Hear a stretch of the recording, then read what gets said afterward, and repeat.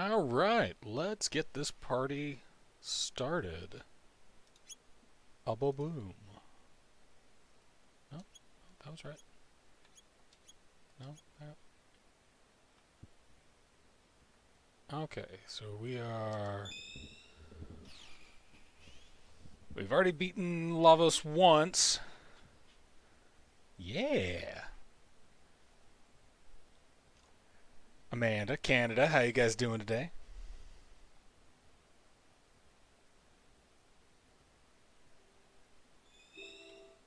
Alright, more Chrono Trigger shenanigans.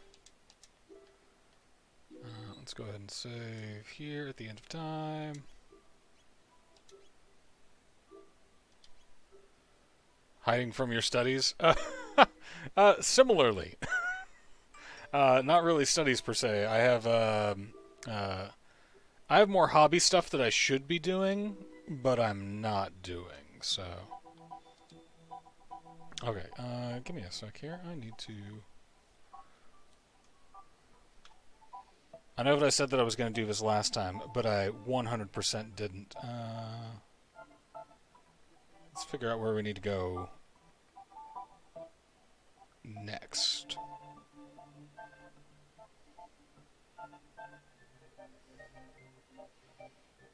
Okay, we're going to have to do...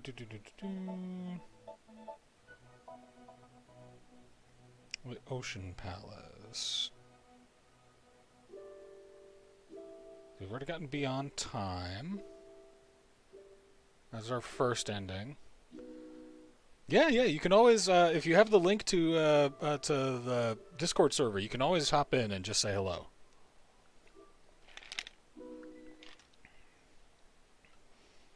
Let's see. I'm going to need to play the game through until,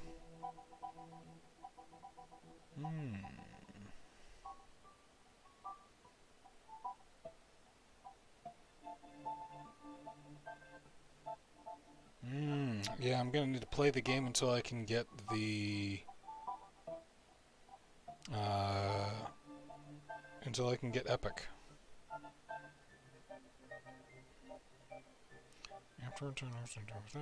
Guardia. Alright. Yeah, we're gonna do the thing. So that means go to the Mystic Mountains, go to Protodome, go to Medina Village. Mystic Mountains. Wing!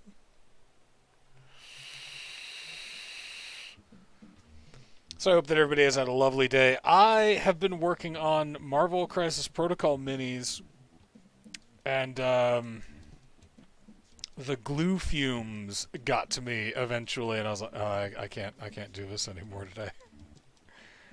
Fortunately, yeah, it is. Those minis have some tiny little pieces. Like I had to glue on a dude's elbow pads for the Baron Zemo mini, and that was not where I thought that sentence was going. No, it was very tricky. So I'm like hunched over, with like a pair of magnifying goggles, functionally just huffing plastic glue, which I do not recommend.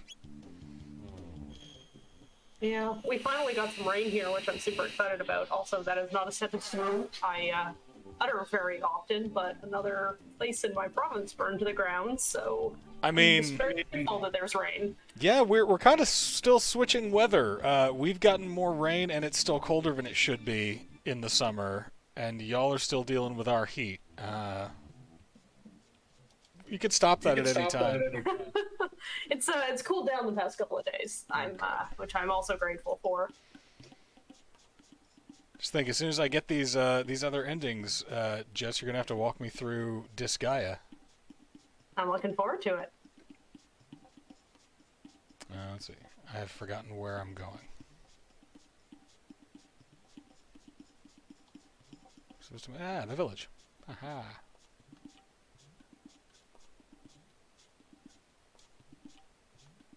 What up, Ioka Hut?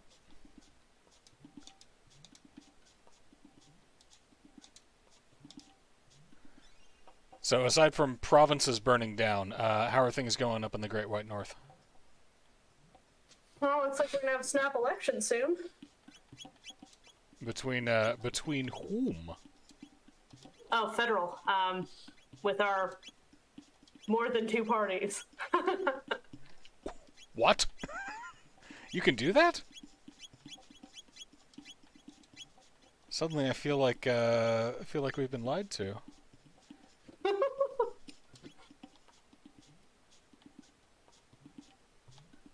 Yes, it's rather controversial because it's difficult to sort of see what the election would be about other than Trudeau's desire for a majority.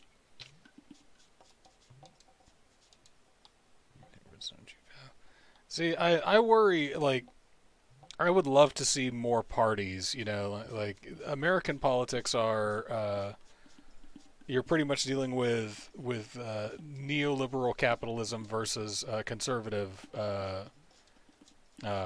capitalism. I would love to see, like, an actual socialist party.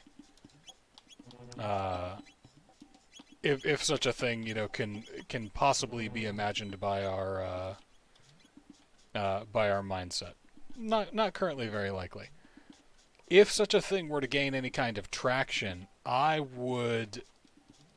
The moment that somebody forms a "let's all go to Washington and punch Ted Cruz directly in the face" party, I am joining.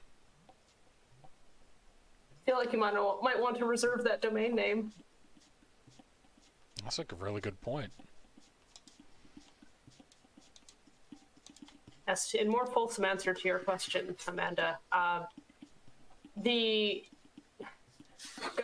government of the day could basically declare an election at any time by asking the Governor General to dissolve Parliament. It's unusual that a majority government would do that unless there's some sort of overwhelming reason. Doesn't have to be a good reason. They could do it to avoid facing down a scandal, but generally speaking, there is an identifiable reason why a majority government would do this. For a minority government, such as we have right now, it can be a little bit more unstable. Like, we just had an election in 2019, so it's normally, in the normal course of things, the government would last for longer, but it's not unusual for a minority government to fall, either because it loses confidence in the House or because the Prime Minister thinks that they can attain a majority by calling an election. How bizarre. I guess minority governments aren't really a thing in the U.S. I mean, kind of. We have a bunch of, like, procedural shenanigans that that various parties play. Like, they're not able to hold an election to establish a majority in their favor. They can just kind of, like, stonewall the legislative process so that nothing gets done. Yeah, so like currently we're dealing with a deal where none of the Republicans are voting for any of Biden's or the Democrat anything that comes up from the Democrat-run House and the Democrat-led Senate won't have the. Is it the House or Senate votes to pass? Amanda, remind me. I've been so disillusioned with all of it that I stopped paying attention, kind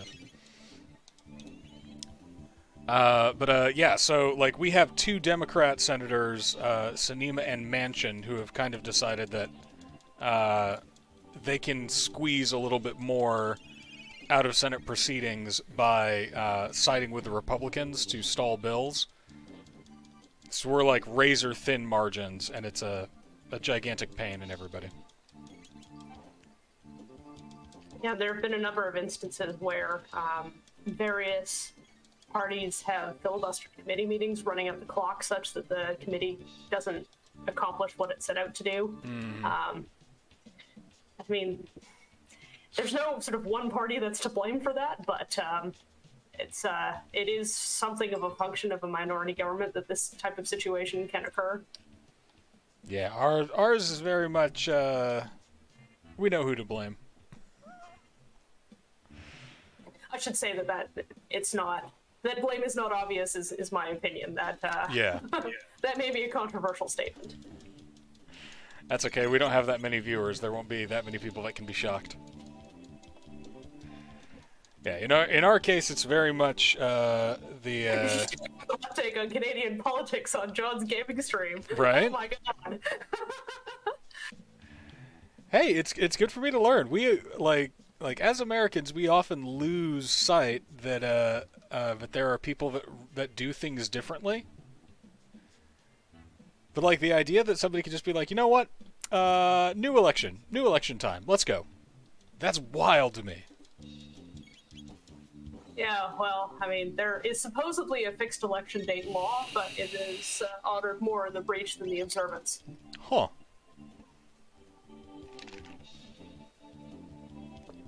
Yeah, we had a provincial election about pretty much the same thing as the federal election is going to be about recently. I am no more a fan of it now than I was then. I think I did the exact same thing that I did in my first playthrough and came here when I didn't need to. Like some kind of fool.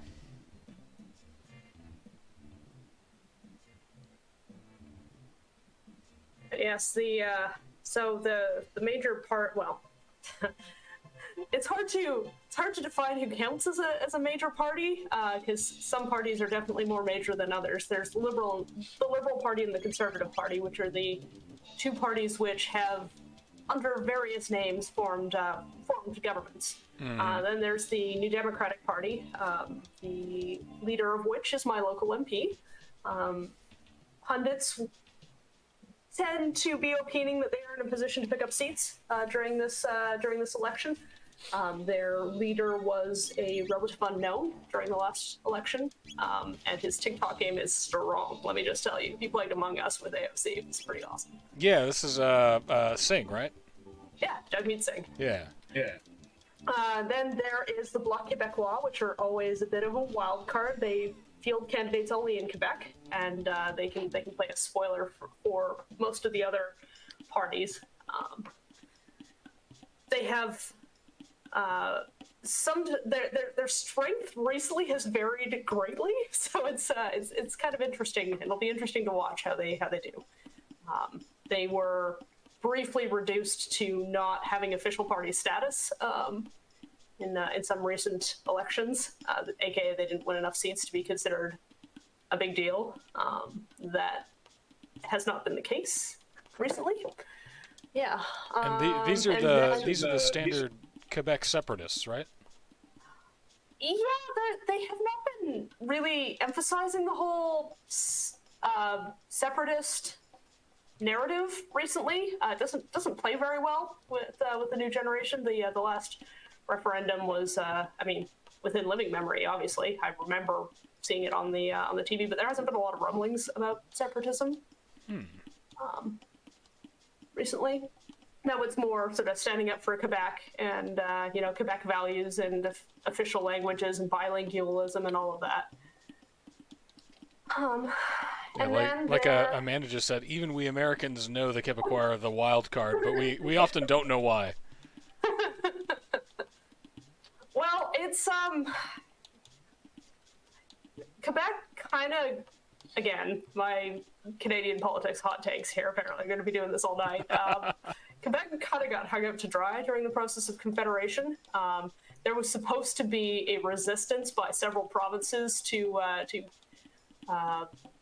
Confederation and under the terms in which it was offered, and the Prime Minister of the day made a bunch of side deals with all of the other provinces, but didn't talk to Quebec.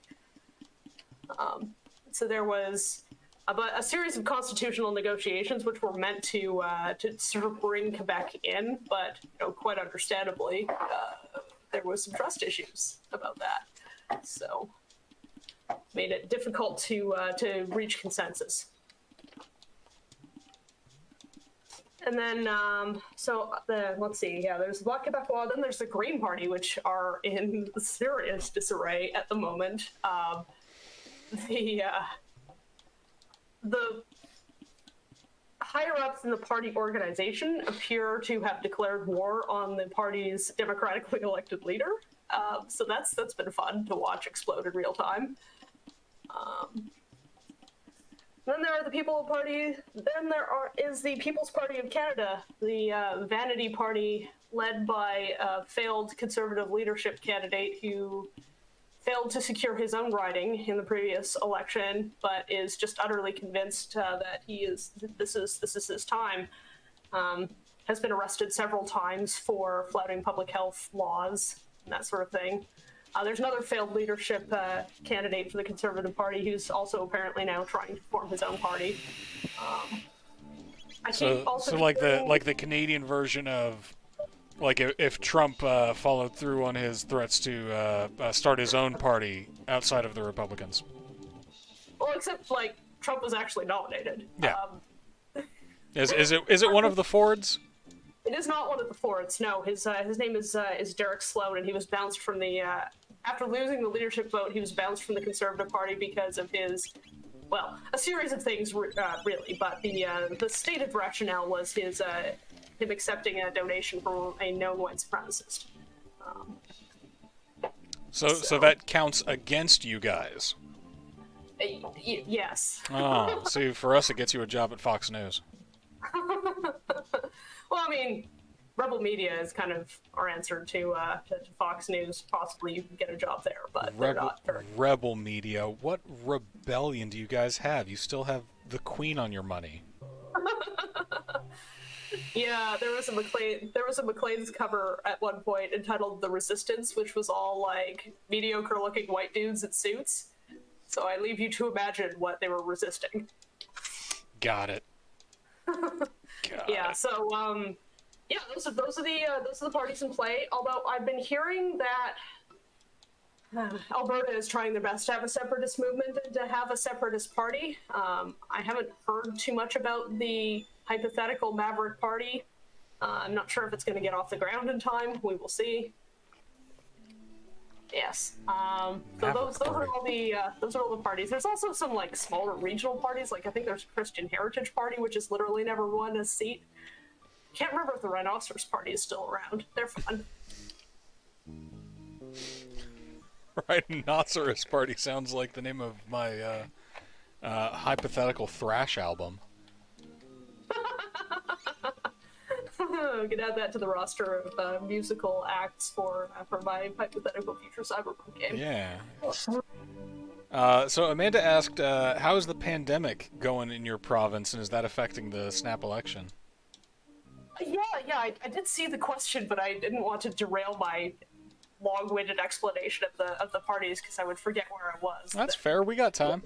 Here for several hours. I mean, we're doing okay in BC. We are having a fourth wave, but could be worse. We could be Alberta. We have been sort of like, the restrictions have mostly been lifted, except in specific places that have experienced outbreaks. Because the vaccination campaign has been pretty successful. We're definitely above the national average in terms of our vaccination rates. So that's well, Alberta just, despite the fact that they have the worst caseloads per capita in the country, just lifted all of their restrictions and then complained when Health Canada sent them a strongly worded letter going, "You didn't do this to BC." It's like, well, yeah, that's because we are being responsible, dipshits. So very similar to Texas. Yeah, we're I think technically we're going through our second wave still, because we never really got out of the first. We decided that that mask restrictions and things like, not having in-person school was a detriment to our a detriment to our freedoms. And by we, I mean our leadership. So now Austin is in like single digits in terms of ICU beds. So. Sorry, my brain was like, oh, only like 9 or less people are hospitalized. That's pretty good. But then I was like, no. As in, we have less than 10 beds in Travis County. So it's brutal, and I'm sorry. Yeah, but like, hey, what can you do when they don't listen to you? Yeah, I read about that. The mask ban. Goodness me. Mm-hmm. Yeah, I mean, like there are parts of BC where there's some vaccine hesitancy, but even in our worst sort of municipality, a majority of people have been vaccinated now.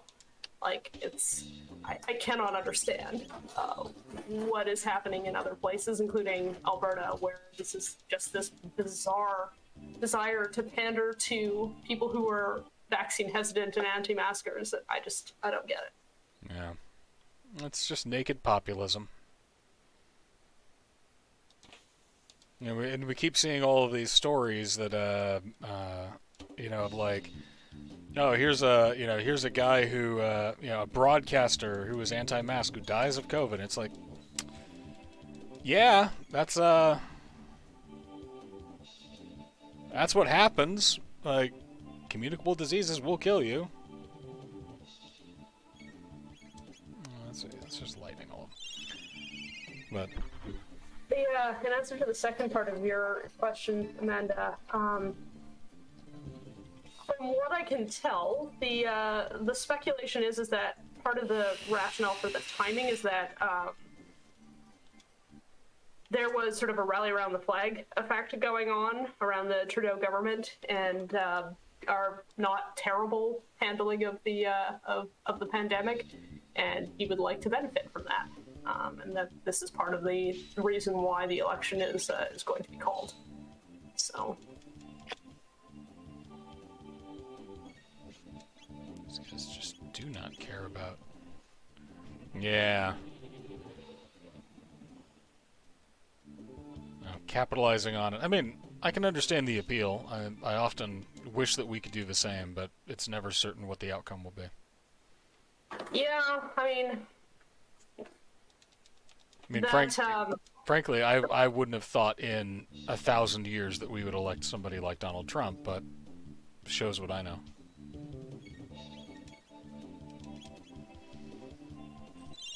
Yeah.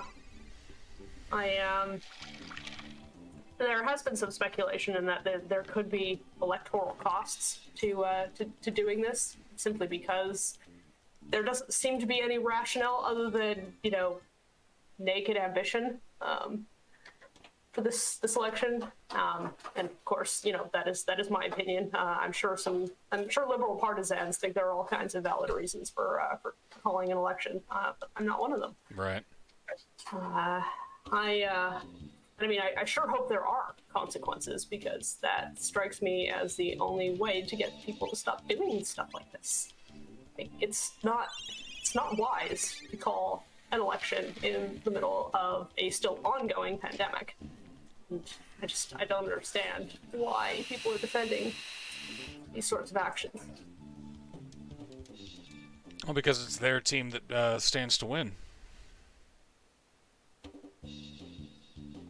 Yeah, I remember I argued against the provincial election that got called, and the point that was made repeatedly on was, oh well, the BC Liberals would have done the same thing. It's like, well, yeah, I know, and it's not going to stop until we hold our people to the same. It's still not cool. Standard.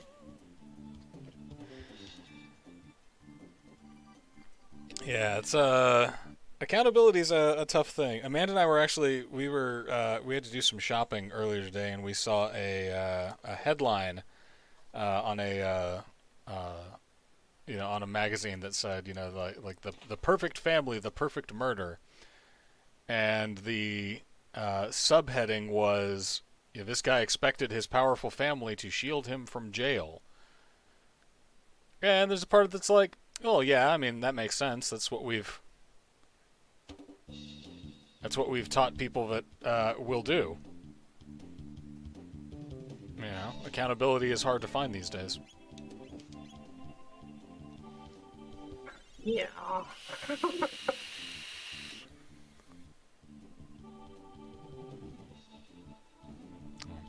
So I am sorry about your electoral shenanigans. At least you guys get you guys like Australia where they give you like free Tim Hortons if you vote or anything like that?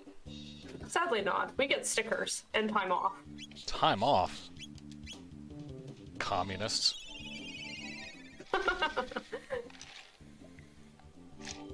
You're actually given time off to participate in electoral politics? That's wild. You have to have a certain number of hours, a consecutive block of time clear in order to be able to vote. So if your normal shift would not allow you that, your employer has to either let you come late or leave early.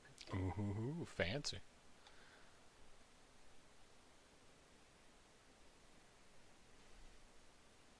I'm sure that we have something similar in the States that never gets used.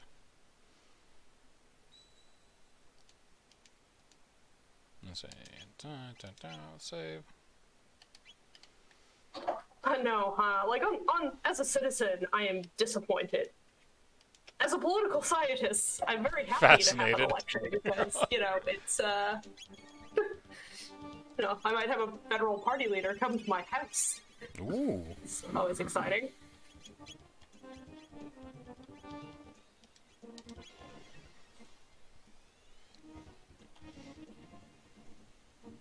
We're just gonna hit this guy with the hard stuff and get him out of the way.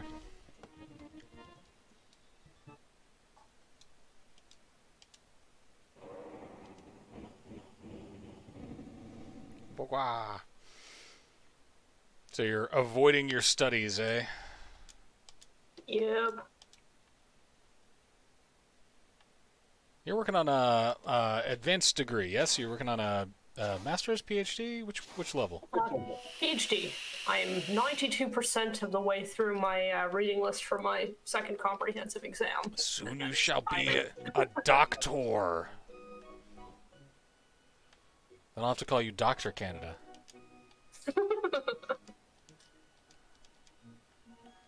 What is Oh,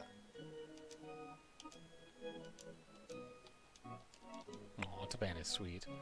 Is there like a is there a particular term in Canada for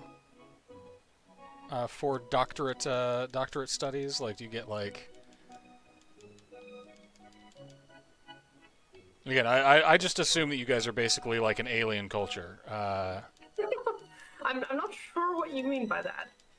I mean, like we get, like sure, you become doctor, and you can be like, yeah, I have a PhD or I'm a medical doctor, waka waka waka.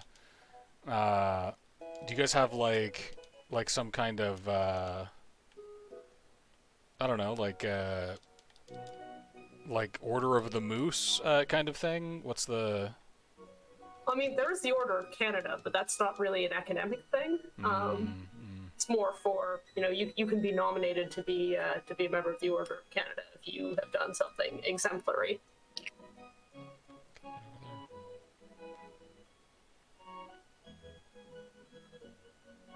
Do we need to go? Let's see. Back in 1000 AD, got that. Where's our other? Hang on a sec here, I gotta.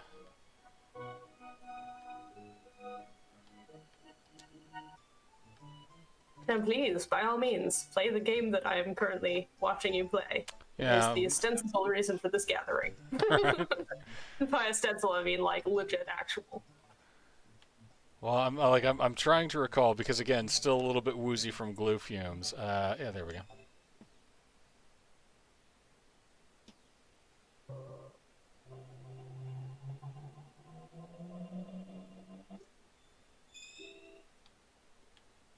There we go. Truce King, 680.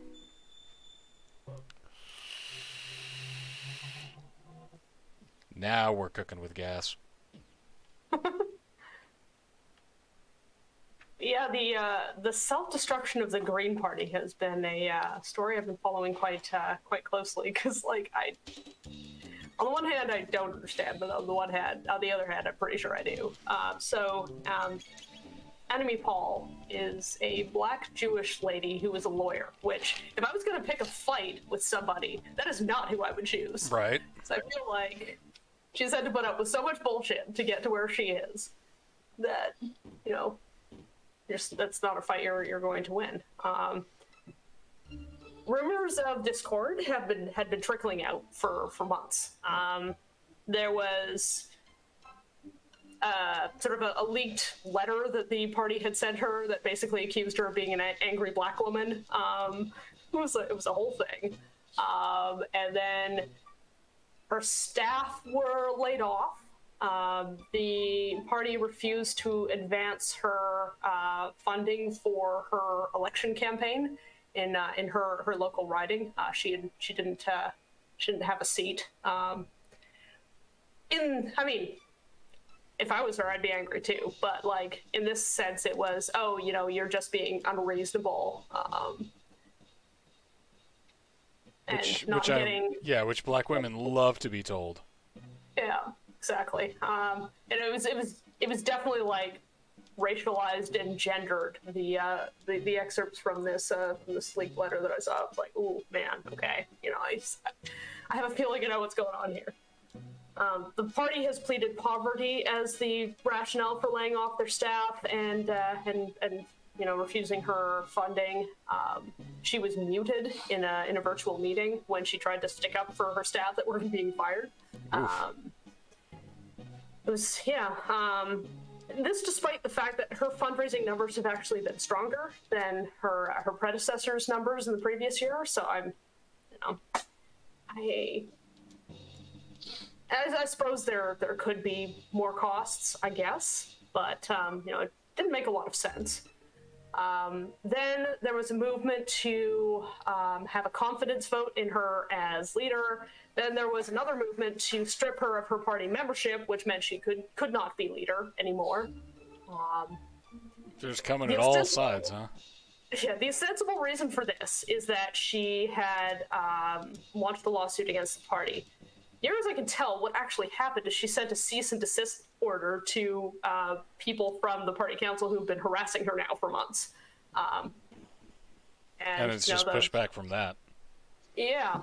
The latest about, so, you know, there was a press conference called, and there was an announcement that, you know, nope, you know, we've come to an agreement, there will be no confidence vote. This motion that, you know, to strip me of my party status will not be sustained. There's going to be a new election for the party council in August, and we'll see how things go from there. Yikes. So I thought this was over, and then apparently the aggrieved members of the party council have now launched a lawsuit using the party funds that they supposedly don't have, which, you know, was the rationale for all of the staffing cuts and refusing to fund their leader's election campaign. Yeah, we plead poverty. Well, maybe not. We're not that broke. So yeah, there's a lawsuit against Enemy Paul and the mediator, who I guess had, or the arbitrator, who had sort of ruled on the party's attempts to oust their leader, or the party council's attempts to oust their leader. They're trying to argue in court that this person exceeded their mandate and came to an improper conclusion. So, yikes! All this on the eve of a probable federal election call.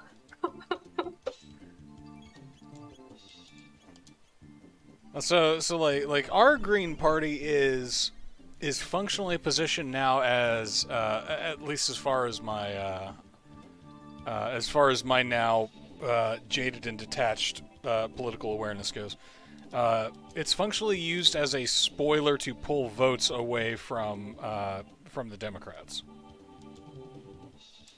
The Green Party had three MLAs. Part of the other part of this situation is the leader had made a statement about the Israel-Palestine conflict, where she had sort of called for an end to violence, like a pretty milquetoast, middle of the line statement, and one of the Green MPs lost her entire shit and basically said, no, this is unacceptable. Like, we have to side with Palestine, otherwise known as not anything to do with the Greens' raison d'etre. And an aide to the leader made some intemperate remarks about defeating sort of anti-Semitic people in the party, and this blew up. The party insisted that she needed to fire this guy. She said, well, you could take that direction, and I'll tell you where to put it.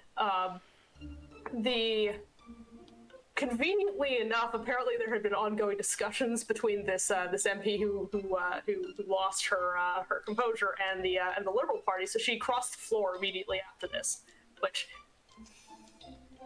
maybe that was the real reason. She subsequently lost her principles after, I guess, being told by the Liberal Party handlers that we don't say these sorts of things in the Liberal Party, and walked back her statement to be pretty much exactly what her former party leader had said. Well, violence is always unacceptable. Blah blah blah. We need a peaceful solution. Yada yada. So, aka her stated rationale for leaving the Green Party no longer applied, apparently. So, it's the whole thing. Wow. Y'all's politics are like hopping. So her writing is what I will be watching very closely on election night. Let's see. Elder's house. Let's go here. And I mean, the Green Party has a long history of being dogged with sort of unsavory sort of sense that there may be some anti-Semitic elements, which electing a black Jewish person as their leader, you would think would maybe set that to rest, except that it has very much not, due to the way that she has been treated.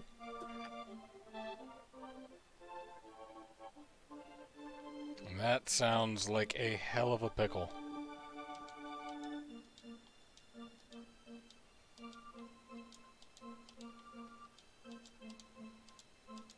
We have our crew that just we decry anti-Semitism and then have one of our representatives say that climate change is caused by space lasers run by secret Jewish cabals. So. Oh goodness. Yeah. But they're very pro-Israel, so, take that for what you will.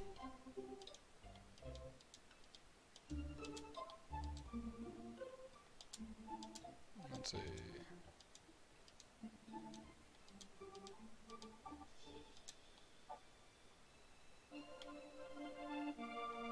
Yeah, it's a big mess. Like, we just want healthcare, y'all. Yeah. We'd really like to not die of this pandemic, and maybe if billionaires could pay their taxes, that'd be phenomenal. That'd be super cool. I'd really like that. Yeah. I think that'd be neat. I'd like to see it once. I've heard that it happens in other places, but that might be just fantasy.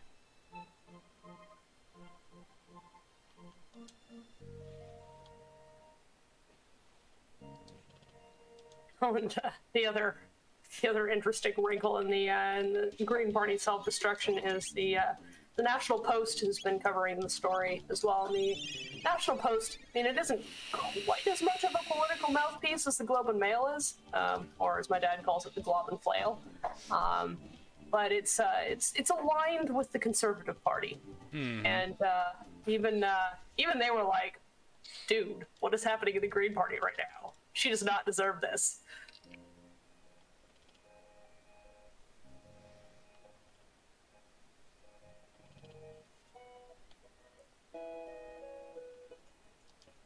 Yes, I enjoy coming up with unflattering nicknames or hearing of unflattering nicknames that other people have come up with for newspapers.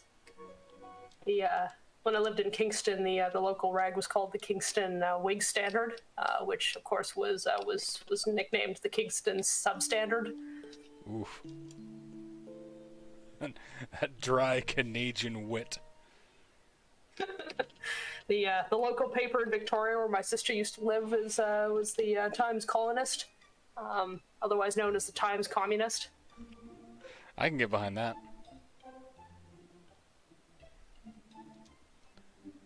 Let's see. It's hard to come up with a good nickname for the Vancouver Sun.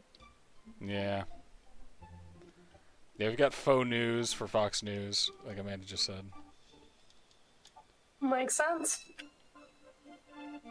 Otherwise, I mean, like, the worst that most of them get is they just say, you know, like, oh, you know, Trump's big thing was you know, the New York Times, they're failing, despite being one of the, you know, still consistently read papers in the country.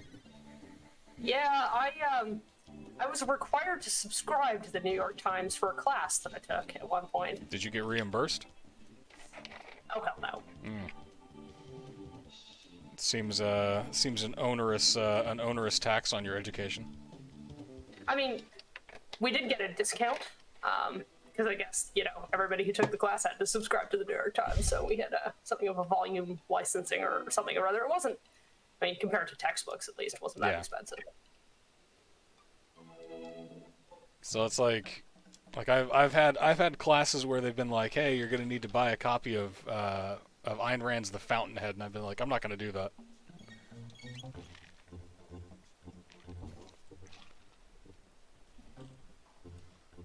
Yeah, SFU is actually pretty good about creating course packs, which is, you know, they would photocopy sections of books and articles for you to read and then put them all together in like a reader.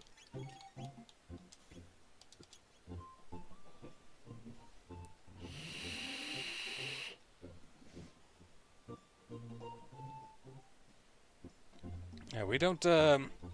American universities, at least, you know, in like the, at least I'd say in the baccalaureate level, don't bother with that sort of shenanigans. They want to get you for all the money they can. Tuition down there is so expensive. Oh my goodness. It sure is. But you know, you can pay it off for the rest of your life if you really want to get that English degree. Need to look up real quick what SFU's credit. Yeah. So per unit for normal credits, SFU's basic tuition fee is $154. I'm very sad right now. I mean, admittedly, most classes are 3 units at least, so 3 to 5 units. But I get sticker shock whenever I see tuition rates for places that aren't here. Yeah, I mean, my only logical response can be to go, haha, unit. Yeah, I mean, admittedly, it's more expensive if you're not local, but it's, so let's see, international students, it's $487 per credit hour. I mean, that does help a little bit. Like the resultant Schadenfreude makes me feel a little bit less sad and mopey.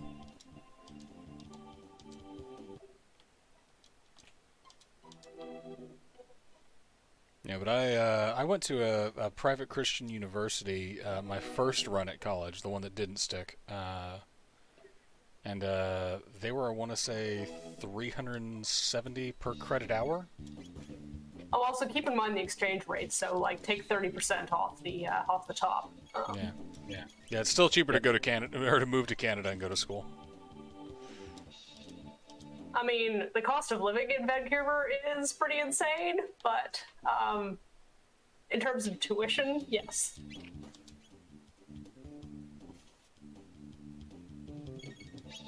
And like, how much does it cost to rent someplace in Texas?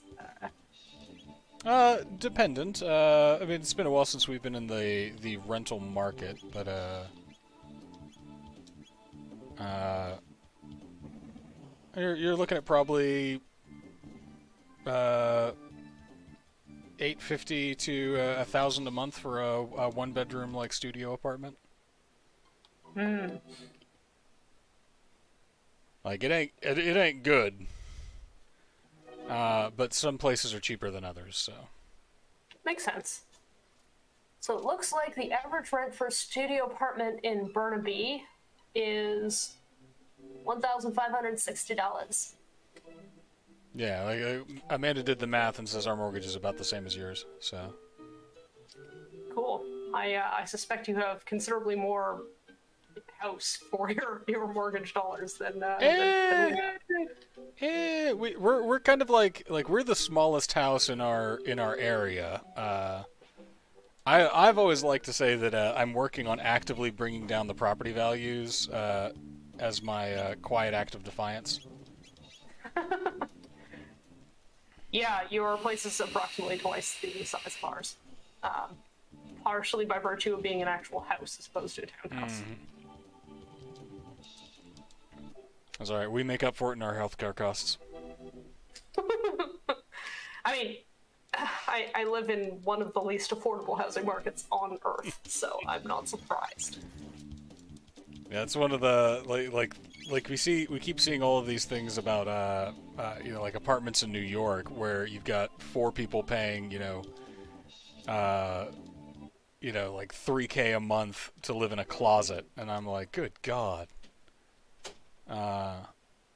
However, that said, they're pulling in $3K a month, so. Yeah. I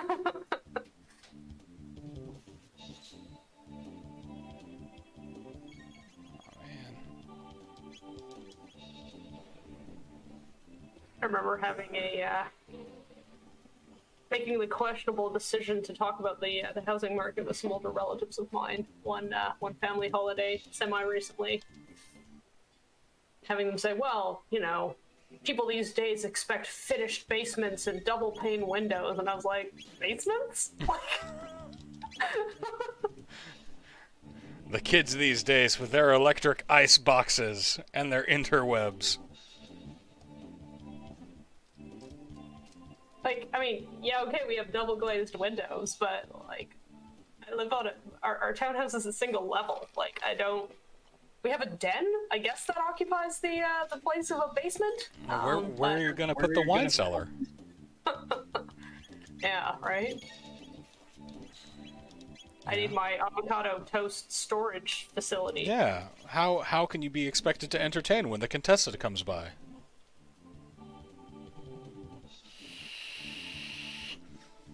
I remember. Did you ever see that that series, My Tiny House, or Tiny House Hunters, something like that, of people who just want to radically downsize? No, but then again, I don't watch a lot of television. I watch a lot of YouTube, but like shows that come on, I'm like, meh.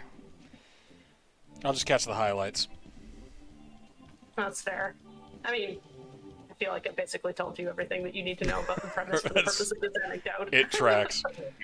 No, but like even like the normal size House Hunters show are always guys that are like, I tame local squirrels and my wife is like an applied phlebotomist. Our budget is $9 million, and I'm like, how? Yeah, but the tiny house show, I was watching it. I was down at my sister's place, and I tend to watch a lot of reality TV when I'm visiting my sister. So I was just sort of watching the show, and some of the quote unquote tiny houses or other sort of house adjacent spaces that were also tiny were larger than places we had looked at when we were looking for a condo or townhouse. Oh no.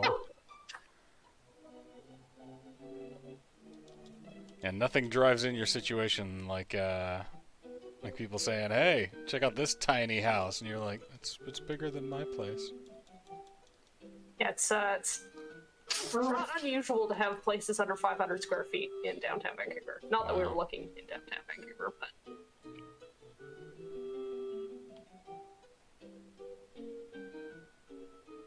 But still, at least you're surrounded by, like, culture, right? In theory. I mean, there are a lot of great places to eat in downtown Vancouver. I kind of signs miss, to keep the bears away. It's more of a northbound issue. I mean, I kind of miss the days when I was downtown more often than I am now, but it's too expensive. That's what it is. And eventually we'll all reach a state where we realize that money isn't real. Neither is the housing market. At least we can dare to dream.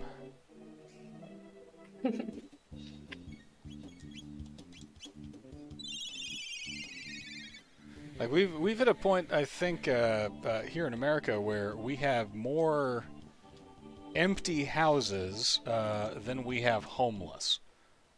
But since they haven't figured out a way to, you know, like, they haven't quite figured out a way to functionally juice the homeless into something that will make them money. So we're just going to stay empty and, you know, just depreciate in value. Goodness. And that's the aggravating aspect, is that it's like, man, you could just end homelessness. You could just decide that that wasn't a thing that you wanted societally anymore. Well, the preferred go-to policy package for quote-unquote cooling the housing market is to tighten mortgage eligibility, which doesn't actually cool the housing market, it just inflates rents, is what it does, because those first-time home buyers who can now no longer qualify for a mortgage still need some place to live. I don't know. Sounds like communism to me.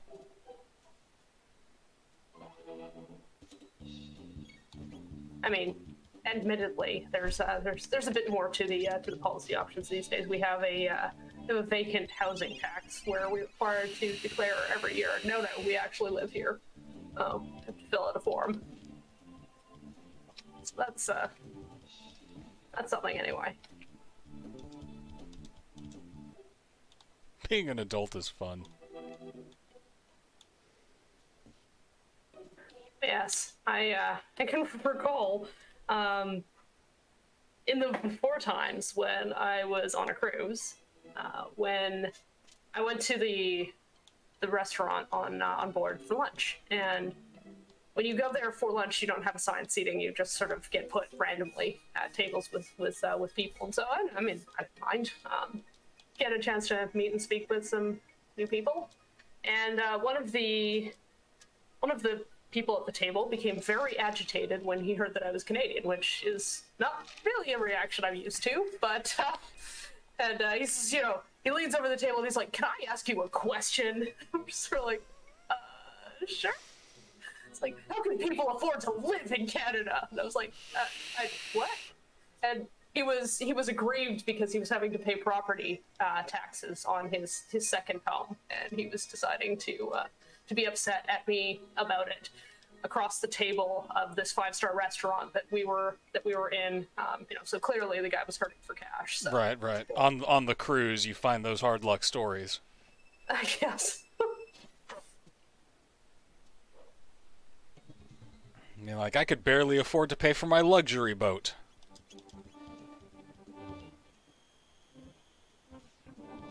See, I've never been on a cruise, but then again, I'm also phobic of sharks, so fairly certain I wouldn't want to be on one. I did not see any sharks.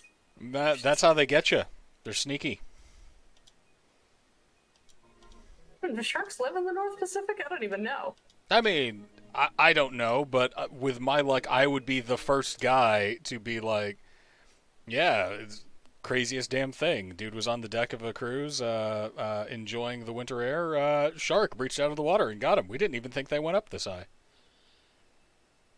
Yeah, so I know, apparently, but they great go as whites are far currently north as migrating Maine. between Mexico and Hawaii. So let's see, what shark species live in Canada's coastal waters? There we go. There's an Alaska cruise, so. Oh, there are apparently some sharks, but they're like the small ones. It's like. See, they get you to underestimate you, and that's how they do it. I didn't know you were shark phobic. I had I had an experience. I went to Australia when I was 16 as part of a student ambassador program called People to People. And while there, one of the activities that they had scheduled for us was snorkeling in the Great Barrier Reef, which was wild and cool. But there was a thresher shark that they missed when they did the initial dive, and it was about 20 feet away from me. And thresher sharks are not they're not man-eaters. They're not, they're not aggressive. They're just doing big fish things, and that's it. You leave them alone, they're fine. Carrying out important shark business. Right, they're doing shark things, and my reptile brain decided that it didn't care about the logic of it, and that I should be afraid of large bodies of water from here on out. Oh no. Like, I don't remember getting out of the water. I just remember waking up on the deck of the boat and being like, "Oh no, something has changed." So there's like a before and after timeline, and since that point, it's I'll like psych myself out if I'm around large bodies of water or even like rivers. The first thing that you do when you start to become afraid of something is you say, "Well, I should learn more about this because, the enemy of fear is understanding, right? If you are afraid of what you don't know, if you learn more about it, you'll find that there's no reason to be afraid." And the more that I learned about sharks, the more terrified I became because they're an evolutionarily perfect animal. Like, they figured out a method that worked, and they stuck to it and went, "Yeah, we figured out how to turn our brains off until we either smell blood or sense electrical impulses in the water. And then we come off of standby mode and go into eat mode." I remember playing a game called Auto Down Under as a kid, and being a shark was one of the hardest things because you just had to constantly eat in order to survive. Yeah, it's there are a few games that I keep seeing on Steam, where it's like here you can play as a shark, and I'm like, this is my personal hell. Like, I can't do this. I think my personal favorite was playing as the cleaner fish, whose name currently escapes me. It was a blue streak something or other, and the way that you did that was you found animals who had sort of parasites and also took small bites out of them while you were cleaning them of their parasites. Yeah. Like a tax or like a landlord.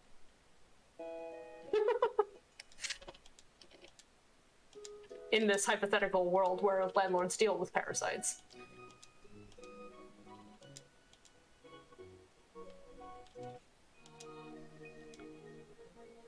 There we go. Not had good experience with landlords. I'm sure other people have, but I have not. I doubt it. Speaking of parasites. No, I dislike the notion of housing as something that people can profit on like a base ethical level. Kind of gets tricky sometimes. My parents ran an apartment complex up until relatively recently, and I was very glad when they stopped doing that, because I'm like, yeah. When the revolution comes, I don't want to see you guys first up against the wall, Right. Yes, I must confess, I quite enjoyed reading the all the news stories that contained all of just the whinging from Airbnb owners who are now not getting any bookings.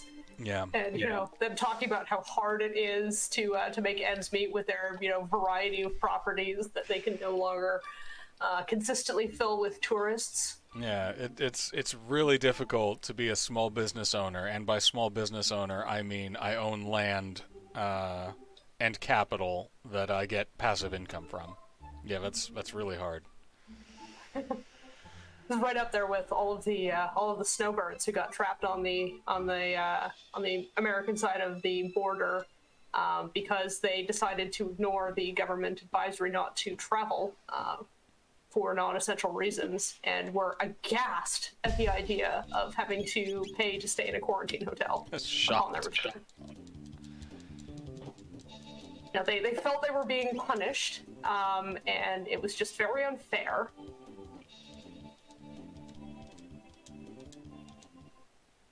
And we could. I think there will be plenty more time for people to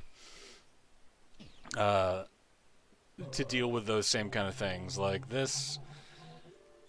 I'm gonna say that in my prediction, this pandemic isn't going away for another ever. It'll eventually become something that we have managed, kind of like the flu, where you can get immunization booster shots yearly from your pharmacies or provided by your work or what have you. But now we're just gonna have COVID season.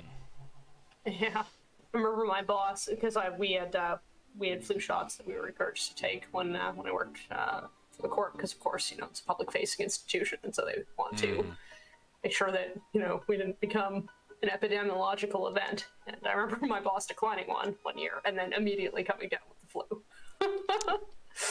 Quelle surprise. That's yeah. We're gonna. I mean, the Delta variant. So there's a number that epidemiologists use to. Oh yes, the R naught. Yeah, the R naught. So we're looking at I think it's like an R 7 to 8. Oh Lord. Yeah. So like anything over 5 is real bad. The Alpha variant was a 3, and that was bad. Whereas something like truly horrifically virulent, like the measles, is like a 14 to 15. But yeah, we're looking at about one statistically every person that gets the Delta variant will probably infect 7 people. All that we've really, I think the only way that we can kind of get around that is by, just like was recommended the first time, pay people to stay home. I don't think it's going to happen. Speaking of Schadenfreude, I'm quite enjoying all of the complaints of terrible employers that they now can't find people to exploit. We can't find anybody to accept our substandard wages anymore. It's really hard for small businesses. All right, now we're in 65 million BC when we need to. Now we're cooking. I forgot that there was all that other running around that I had to do.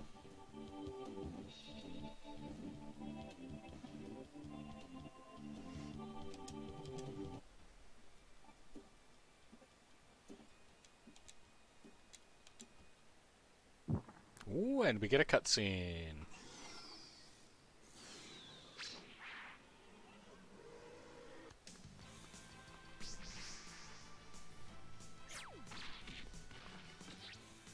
I know we've already seen this cutscene, but I love her so much.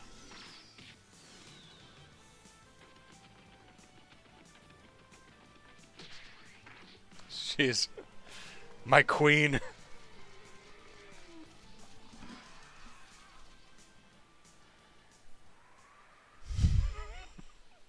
even our protagonist is like, wow. Oh, I love her. She is named after one of the protagonists from a famous novel, The Clan of the Cave Bear, which is, I believe, I want to say it's different than famous Canadian novel Bear. Yes, I believe you would be correct in that. Flawless bestiality, I think. I'm not certain about that. It is a story about cave people, but it is not the story of a sordid romance with an earth sign creature.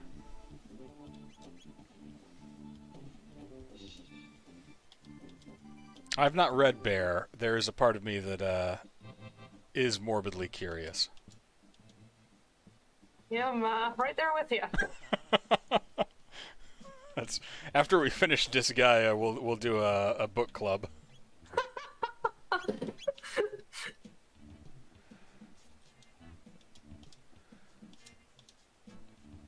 I can hear my wife roll her eyes from another room.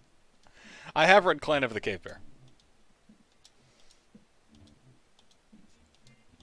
Yes, I am desperately curious to know what you think of this guy, and I'm looking forward to watching your reactions to various things. There was not explicit earth sign sex scenes. It was more historical fantasy set in the caveman of times. Granted, it's been like 2 decades since I read it, so.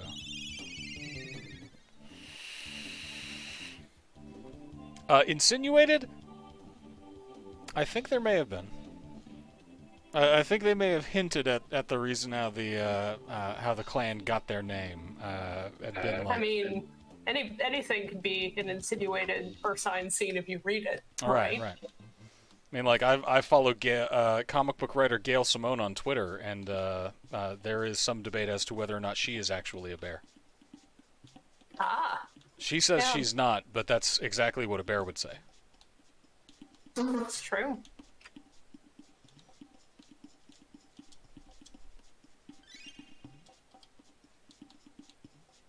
I do have bears. I remember meeting a foreign exchange student who was completely convinced that he was going to be eaten by a bear when he was here, and so he was going back to campus, and he was clearly like very nervous because he thought this was like an imminent thing that was going to happen. So, well, it's really more mountain lions and like cougars that you should be worried about on the SFU campus. There's not really that many bear sightings. But you gotta watch out for those cougars, if you know what I mean. Yes, there's an annual comic about it in the Peak. The Peak being the SFU student newspaper, cleverly named because the campus is on a mountain.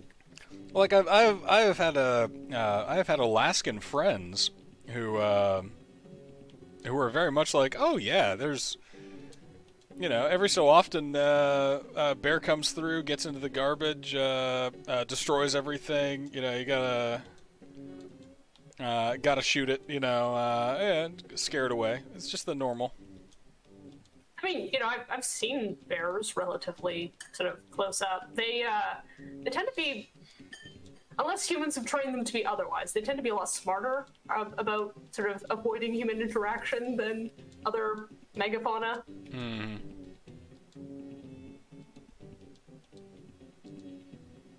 A friend of mine had a bear get into their garbage, and so they replaced their garbage cans with a more adequately bear-proofed model, and the bear came back and was so frustrated that he or she couldn't open the garbage can that he or she picked up the said can and hucked it at their car.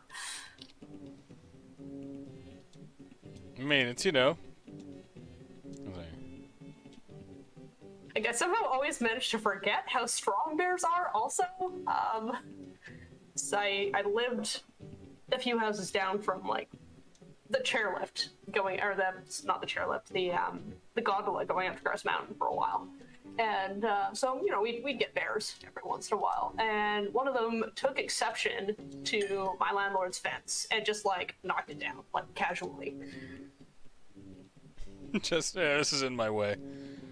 Yeah, basically. I've also seen bears walking along the tops of fences like gigantic cats. It's a wonder to behold. That is terrifying to me.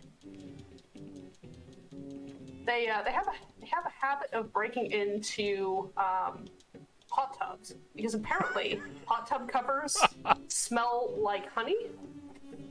Interesting. I mean, most of the bears that I know don't bother breaking into hot tubs. They just go to bathhouses.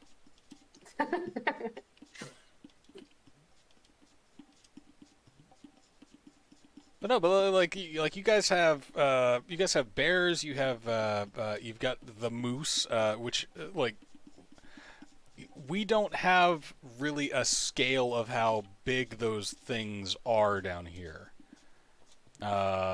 I must confess, I have not seen a moose up very close. I remember from pictures that they are always bigger than I expect them to be. Yeah. We don't have a lot of moose in the area around here. There's more on the island and up north and in the interior, I think. Like your geese are pure evil, but we've got the whole 30 to 50 wild hogs thing going on. So I think that's the biggest current wildlife threat that we've got going for us.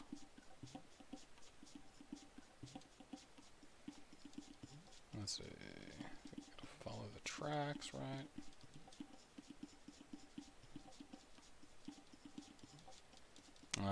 Amanda, can you think of any more dangerous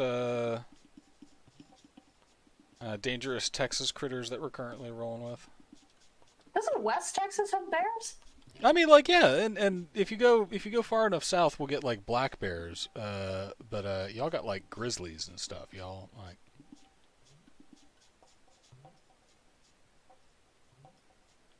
I was not paying attention as to where I need to go. Do I need to go to the forest maze? Oh yeah, rattlesnakes. Rattlesnakes, water moccasins, ye old feral hogs, the 30 to 50. That's why you need guns. Yeah, well, I mean, that and the people. Yeah, the javelinas. But that, like all of... a javelina? Like, a javelina is like if you take a pig and give it... if you take a pig and give it armored hide, a terrible attitude, and meth, then you have javelinas. Oh my goodness. Yeah, I knew they were pig adjacent, but like. Yeah, they're basically wild, like kind of like scraggly pigs. They're smaller, meaner, and yeah, like if you just kind of like take a feral hog and squish it down into a particularly ill-tempered kind of thing. Squish it down, but make it not cute. Right. No, they're ugly as sin. But again, most of the DCB. Yeah, most of the threat that they represent is to like cattle ranges. You know, like they will eat all the vegetation in an area and tear up the ground and ruin grazing. Let me see something right quick. Yeah. Less of a danger to like like two people. Like you never really hear much of like a wild hog attack. Which is why that dude got dragged on Twitter for being like, well, how am I supposed to defend myself from the 30 to 50 feral hogs? Everybody went, where are you living? Hog in this case is a metaphor for people. Yeah. Like the hog swarm that drops upon your children. Yeah. Now we do have 95% of the world's venomous snakes now are indigenous to Texas. We also have more tigers than we should, but that's because our laws are notoriously lax about exotic animal trades. Yeah, not while I was in Texas, but I have seen water moccasins. We don't tend to have very many venomous snakes in this part of the world. It's a little cold. Too cold. Part of the year, at least.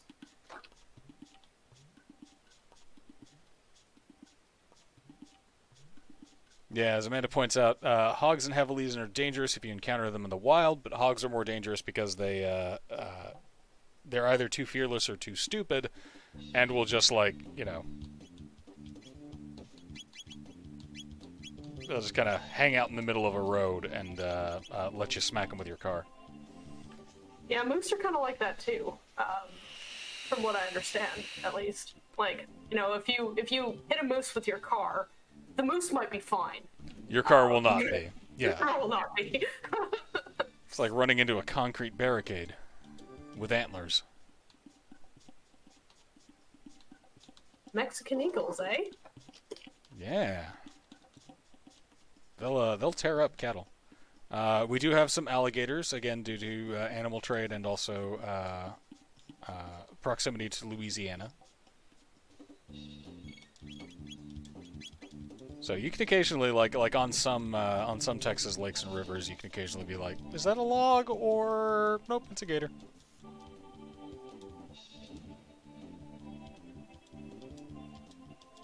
But like you'll see these pictures come out of Florida of this massive dinosaur alligator just like walking across a golf course, and you go, nah, that's not ours.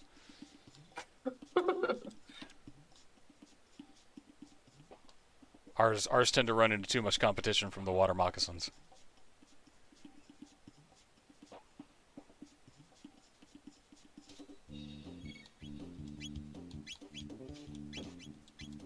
Just gonna luminary these guys. Yeah, deer dangerous to cars. We had like a while back. We had like a possible outbreak of a zombie deer virus, like some sort of wacky parasite that infected local deer, and yeah, it's a whole thing. Yeah, chronic wasting disease. It is true in South Texas, and I want to say West Texas. We do have mountain lions, although ours are. I'm not sure if they're distinct from cougars. We call them pumas as well. I don't know. I never really went camping, so I have forgotten a lot of this information. Apparently, they're the same animal: mountain lion, puma, and cougar. Ah. So says Google, anyway. Excellent. We just thought, this needs a snappy name. Puma. Also, the melanistic version is a panther. Yep. I always thought that panthers were the melanistic versions of jaguars. That we just couldn't see the if the entire animal is melanated, that you can't see the distinctive black spots. Yeah, coyotes not that dangerous. Is a black big cat of some description. Right. No, we have our little tiny panthers, and they keep us pretty happy.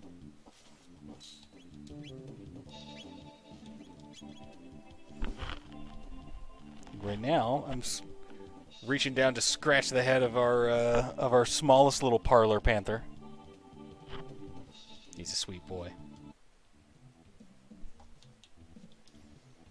So we like our black cats tiny. Although I will admit there is like a level of like semi-morbid curiosity.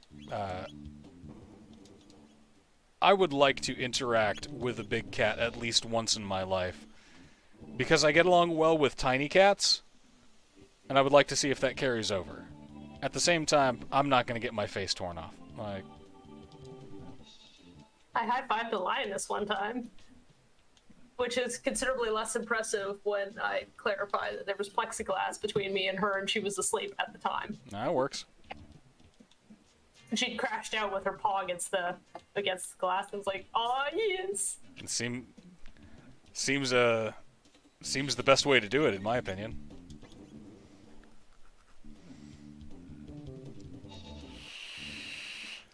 Yes, I enjoy watching the videos from Big Cat Rescue. Yeah, where it's like, we gave this panther a box. Like, here's a refrigerator box. See what the panther does. It is just a gigantic version of your house cat. Or testing to see if the big cats enjoyed catnip. Yeah, and they're just bombed out of their gourds. I love that stuff. Some of them did. Some of them were looking at the camera like, "Am I a joke to you?" But simultaneously, like it both serves as the, oh, look, the big cats are just big versions of our cats. It also serves as the subtle reminder that if our cats could get away with tearing off your face and eating you, they would. They just recognize that they're tiny.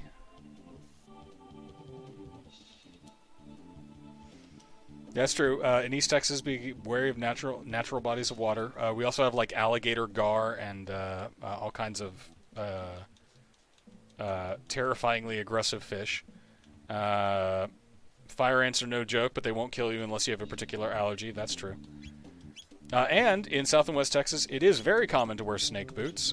In Abilene and local surrounding areas, we had an annual rattlesnake roundup. Where yeah, they would bring like diamondback rattlesnakes by the hundreds of thousands to millions, all to one location, where they were then, like skinned and used for meat and all that fun stuff. Boy, I can't remember if I've had rattlesnake. I don't think so. I've had gator. That was interesting. It's comparable. It's reptile meat. They say it tastes like chicken, and that's a lie. But the only reason for that is because we've bred our chicken to be especially tender and meat-producing. Less reptilian. Less reptilian. It's all dinosaur.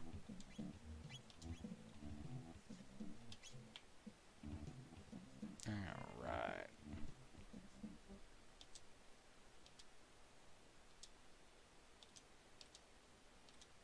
Ah, Azala.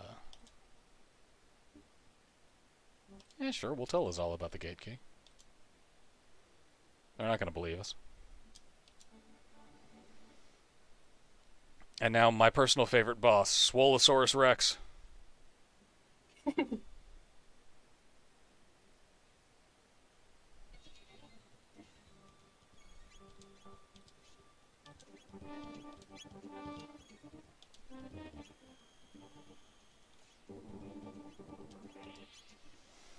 See, the Roadrunner is the natural predator to the rattlesnake. Yeah, both Amanda and I,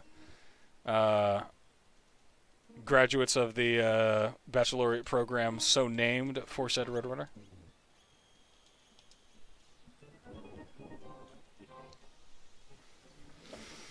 We've got all. I mean, we're a big region. Not like Canada big, but Texas has 5 distinct geographical regions behind them, so our wildlife is pretty wide and varied. Makes sense. Yes, my school's mascot is McFog the dog. McFog? Yes. Huh. We have McGruff the crime hound. This is just a dog who's a cop. Oh, my bad. apparently McFog the dog is no longer SFU's official mascot. McFog has been deposed? Apparently. By whom?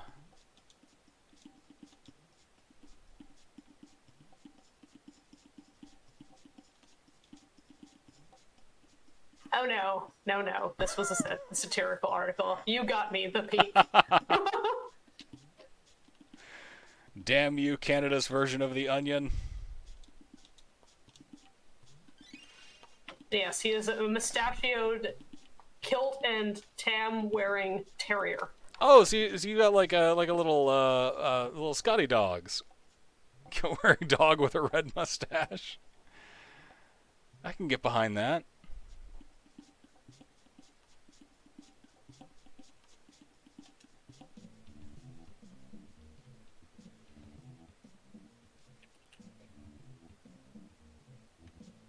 I've put a picture in chat. Oh gosh.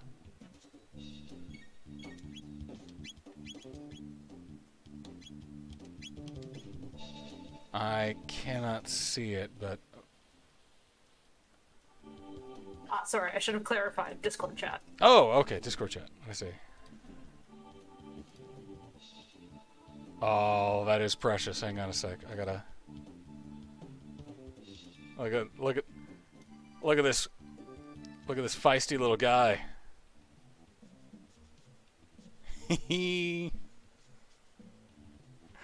I love it.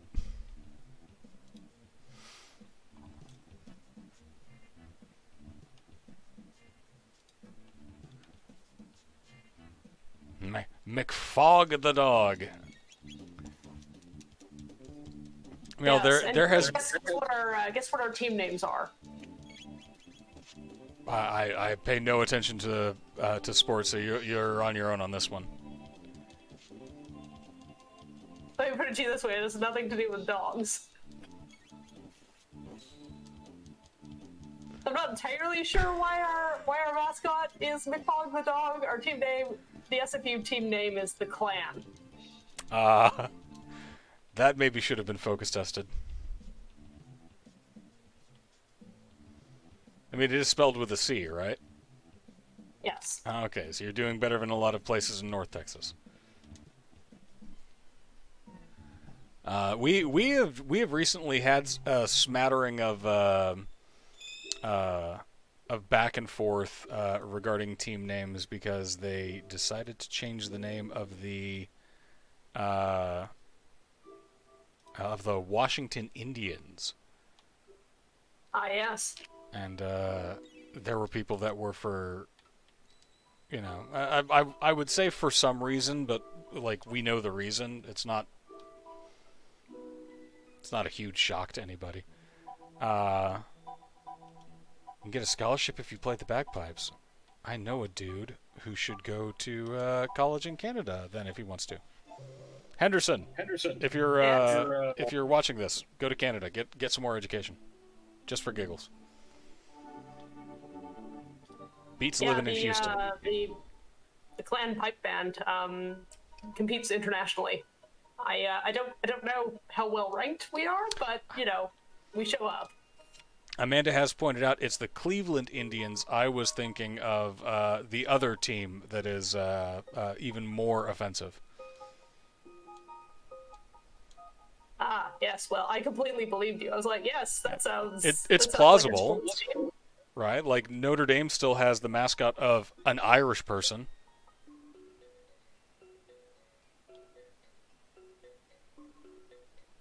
Like, I'm not sure what that's supposed to do in terms of. Fine.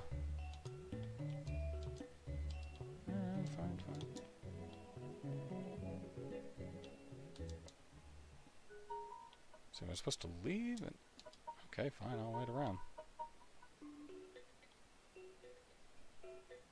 Yeah, Cleveland changed to the Guardians, and there were people who were rather miffed about that.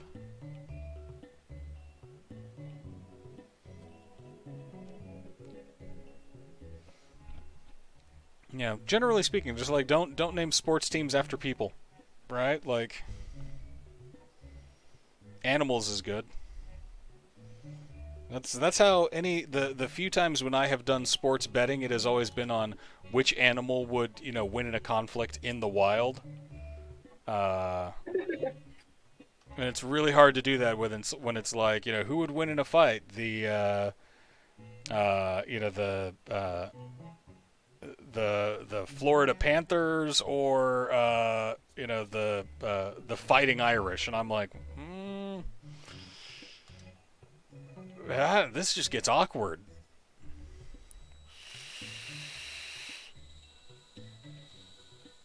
Well, neither of my alma maters have team names that would be amenable to that strategy, because there's the Clan, and then when I was at Queens, it was the Golden Gales. Yeah, ACU had the Wildcats, and then UTSA had the Roadrunners. So, in theory, the Wildcats would win, but that's not true.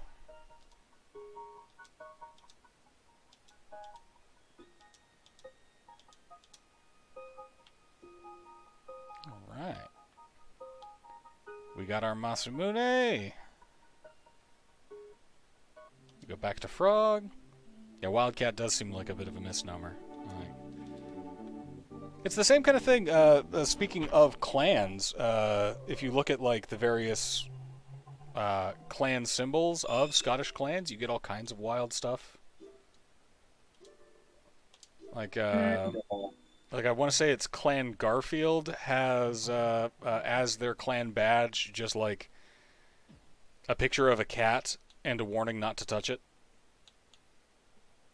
It's like, don't touch this cat. And like there are various, sub-clans that have similar things. Don't touch this cat unless you're wearing a glove, be wary, if you touch the cat. This cat bites back, that kind of thing. But from the get-go, it's just sort of simplified into, hey, you see this thing? Don't touch it. Seems legit. It's pointy on 5 out of the 6 ends. Very aggressive. Not a fun cat.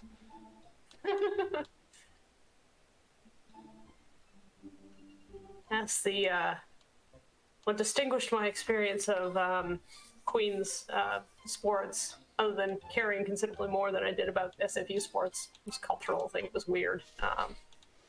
Kingston is really like a university town. On game days, they would shut down the main thoroughfare to have a spirit parade. And I could. It was good for me because I could catch a ride on the spirit wagon from the main campus to the other campus, which is where I lived, because I happened to live near where the stadium was. So it meant I watched more football that year than I ever have before or since. But the Queen's fight song is in Gaelic, which is really cool. Irish Gaelic or Scottish Gaelic? I'm not entirely sure. I've been trying to find it here. Huh. I had my buddy Tom asked me a question. How would you pronounce something? Using the rules of Gaelic, and I had to. Yeah, I'm taking like the Duolingo courses for Scottish Gaelic. I used to speak it fairly decently conversationally back when I had like more time to sort of devote to it and my brain wasn't as calcified. But I'm getting back up to where I was. And the rules of the sounds are very, very strange. Like, they divide. First off, there's only 16 consonants and the 5 vowels. And they divide both consonants and vowels into slender or broad.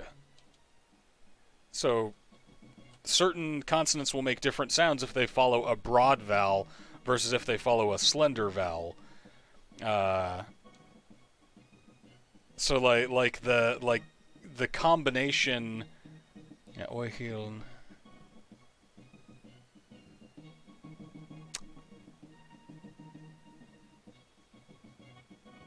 Yeah, I think that might be Scott Gaelic. I'm pretty sure. Yeah. That seems to be the consensus on the internet. Because there is a distinct difference between the Scottish and Irish forms of Gaelic. Like, they follow different grammatical rules, and like adhere to different linguistic structures, and it's really wacky. And of course, I personally find it, while I would say a beautiful language, it does often sound like you're choking on something. The Arrogant Worms did a song about that. They did. I sang part of it to Amanda last night, and she was rather amused.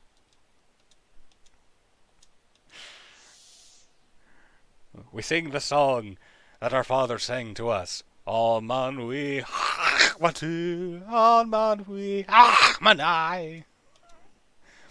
Kind of similar. We never surrendered. Well, actually, we surrendered quite often, but we were never fully wiped out. I love those guys. That was a weird little thing. Like, back in the early days of like the internet and file sharing, you would find like just these random MP3 files that were skits from like the Arrogant Worms, Three Dead Trolls in a Baggie, all of these little Canadian sketch comedy groups that were like flooding the internet with their stuff. You know, Moxie Fruvis. Once I was the king of Spain. Yep. Which, you know, early 2000s, that was like, this is the weirdest music that I've ever heard, and I'm gonna get really into it.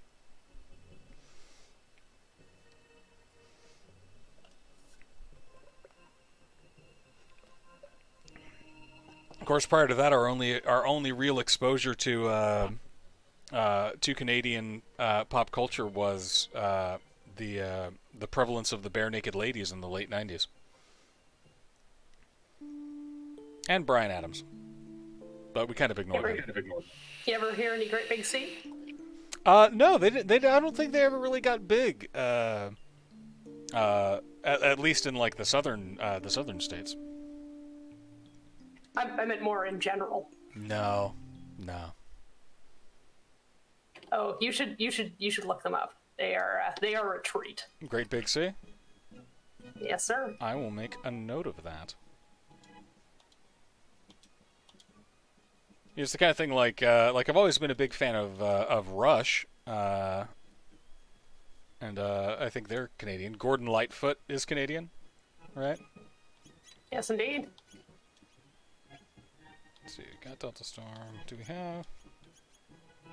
Yeah, we got Triple Attack. All right, now we're just gonna go this one. All right. I have put the spelling in chat. Great Big Sea, sweet.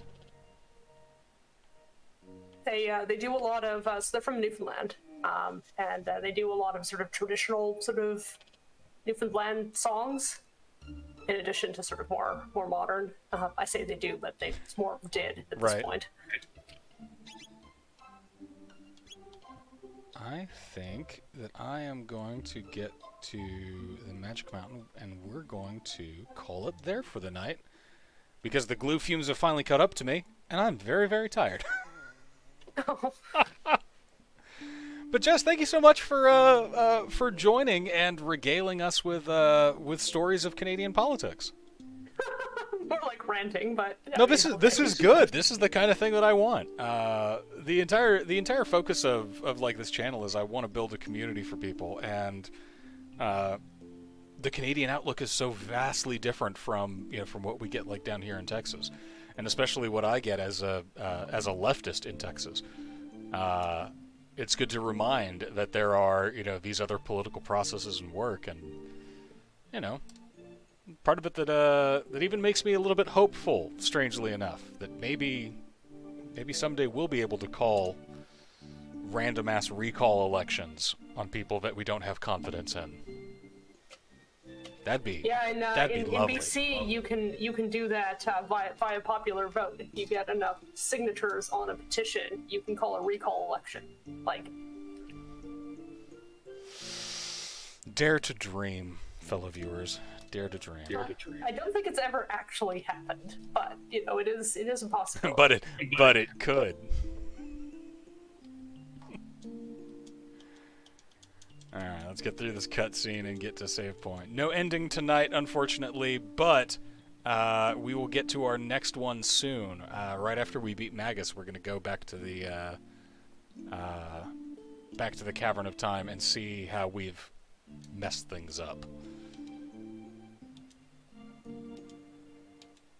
So we have laid the groundwork for the next ending on Chrono Trigger. Let me skip the cutscene. Actually, hang on a sec. I'll be right back. I'm going to pop over and use the restroom real quick. So hang tight for just a moment, folks.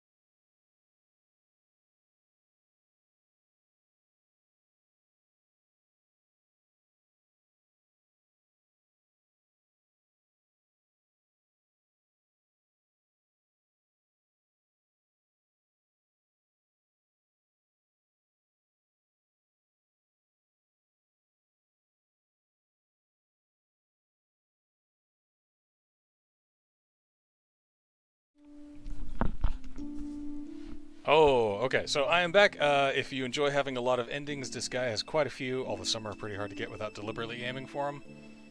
We're gonna aim for him. Oh, we are gonna aim for him.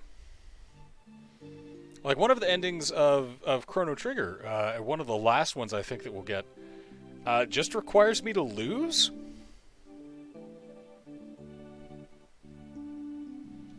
So, I don't want to do that. Alright, the badge, the hero's badge, sad, sad music.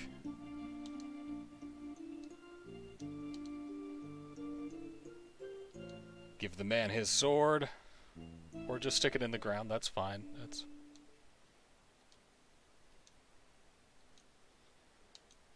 So yeah, as we come to an end here, make sure to check out Great Big Sea. Pay attention to your local politics and international politics. It's fun. There we go. And, you know, as always, go and get vaccinated. Please, if you haven't gotten vaccinated yet, please go get vaccinated. If you have gotten vaccinated, remember the old days where we'd, like, wash our hands and wear a mask and stay the hell away from people? Do those things again, because this Delta variant's not going anywhere soon. So, you know, be safe out there.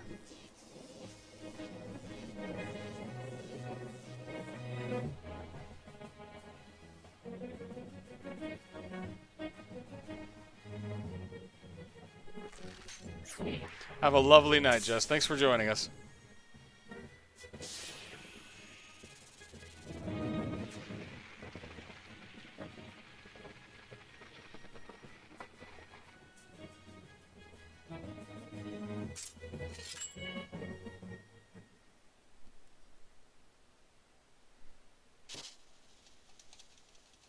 Please let me get to his place where I could save. I am very tired. I would like to go to sleep, and I still have to have Duolingo shout at me in Gaelic.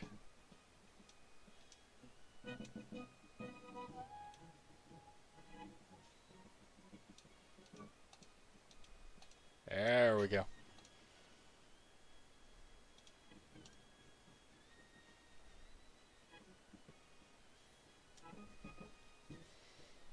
Boss Frog.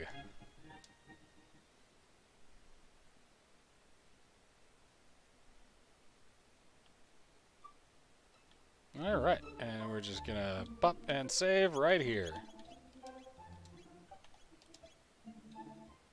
Boom. Alright, as always, thank you all again for joining us. I try to do this every Saturday, although sometimes my schedule gets all wild around me and I forget. But yeah, Chrono Trigger. Next time, we'll beat Magus and have an ending and see exactly what happens if we decide to confront Lavos following that momentous event. Get your vaccines, be safe, be kind out there. I love you guys, and we'll see you next time. Take her easy.